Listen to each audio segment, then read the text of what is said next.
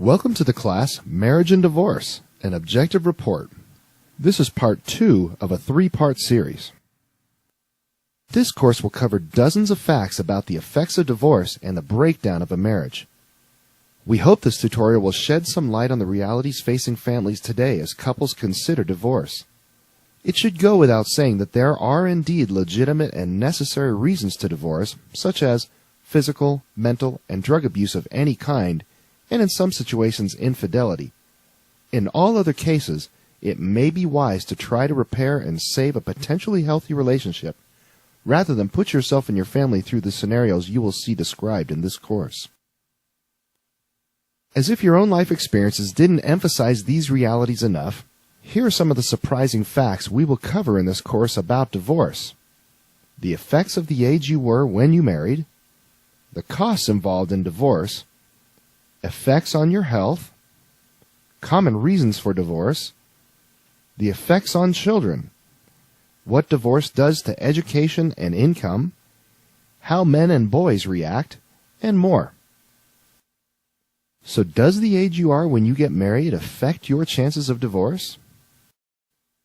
Let's just say maturity equals marital success. Men and women who married in their teen years had a lower probability of their marriages lasting 10 years than those who married at age 20 or older. And men and women marrying for the first time between ages 20 and 25 had a lower probability of their marriages lasting 10 years or more than those who first married at age 26 or higher.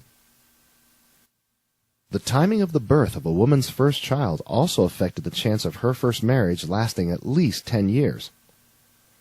Women who gave birth to their first child 8 months or more after they began their first marriage and during the marriage had a 79% chance of their marriages lasting to the 10th anniversary, compared with about a 34% chance for women who had no first birth during their first marriages, a 55% chance for women who had a premarital first birth, and 54% for women who had a premarital conception, i.e., first birth 0 to 7 months after marriage.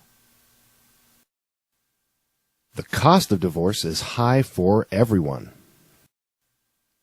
The 2004 State of Our Unions report reveals that marriages that end in divorce also are very costly to the public.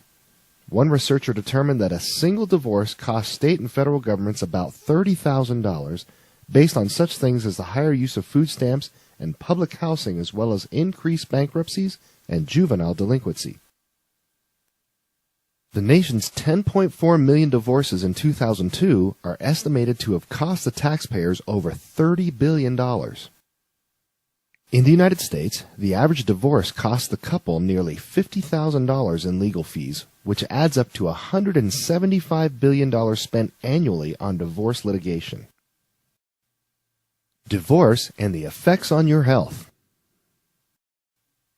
Divorced adults are more susceptible to severe emotional and psychological problems, along with a higher rate of early death from an assortment of causes than for married individuals. The suicide rate for divorced men, for example, is 4 times higher than for their married counterparts.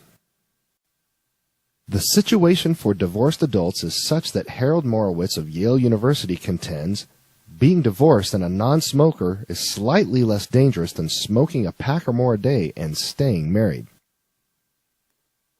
Divorced men and women suffer to a much greater degree than married persons early death from cancer, cardiovascular disease, strokes, pneumonia, hypertension, and suicide. According to researchers at the National Institute of Mental Health, the single most powerful predictor of stress-related physical as well as emotional illness in adults is marital disruption.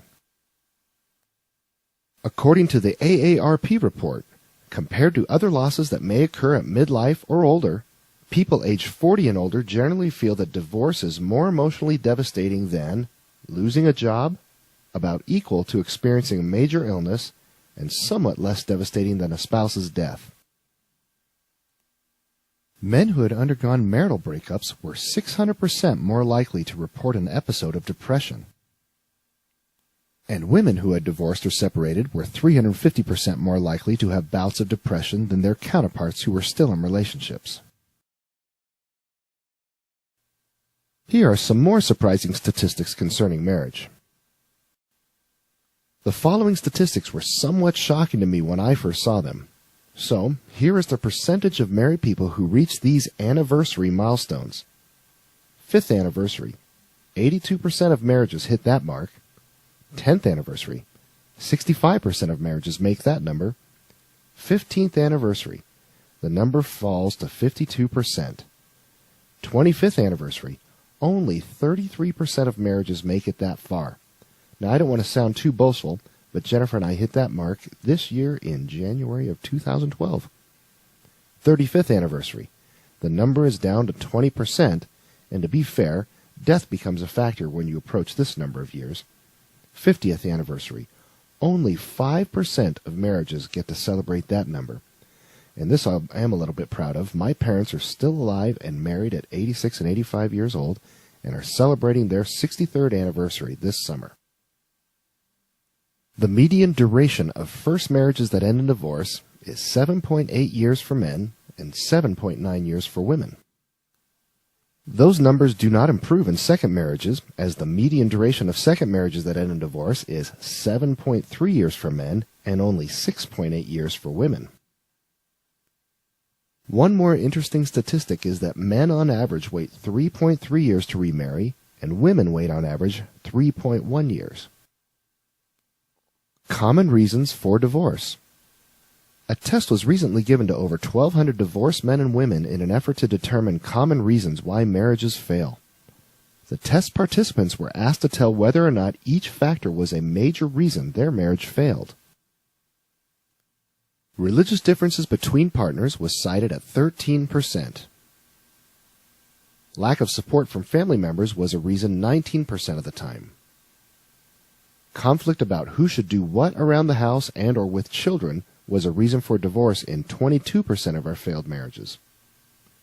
Financial problems or economic hardship was a cause 28% of the time. Domestic violence was a problem in 29% of our test subjects. I like this one. Little or no helpful pre-marriage preparation, such as our pre-marriage certification course, was cited at 41%. The next issue was the lack of equality in the relationship at 44%. Unrealistic expectations of marriage by one or both spouses came in at 45%. Getting married too young, as we just showed a little earlier in this course, was listed as a cause of divorce in 46% of the cases. Infidelity and extramarital affairs was next highest at 55%. Too much conflict and arguing, commonly referred to as irreconcilable differences, was mentioned in 56% of the cases. So what was the number one reason that these individuals cited for the failure of their marriages? It was a lack of commitment by one or both persons to make it work at a whopping 73%. Seriously, the leading reason people divorce is that they don't try hard enough. This concludes Marriage and Divorce, an Objective Report, Part 2. Part 3 highlights the effects of divorce on children, education and income, specific effects on boys and men, and society in general.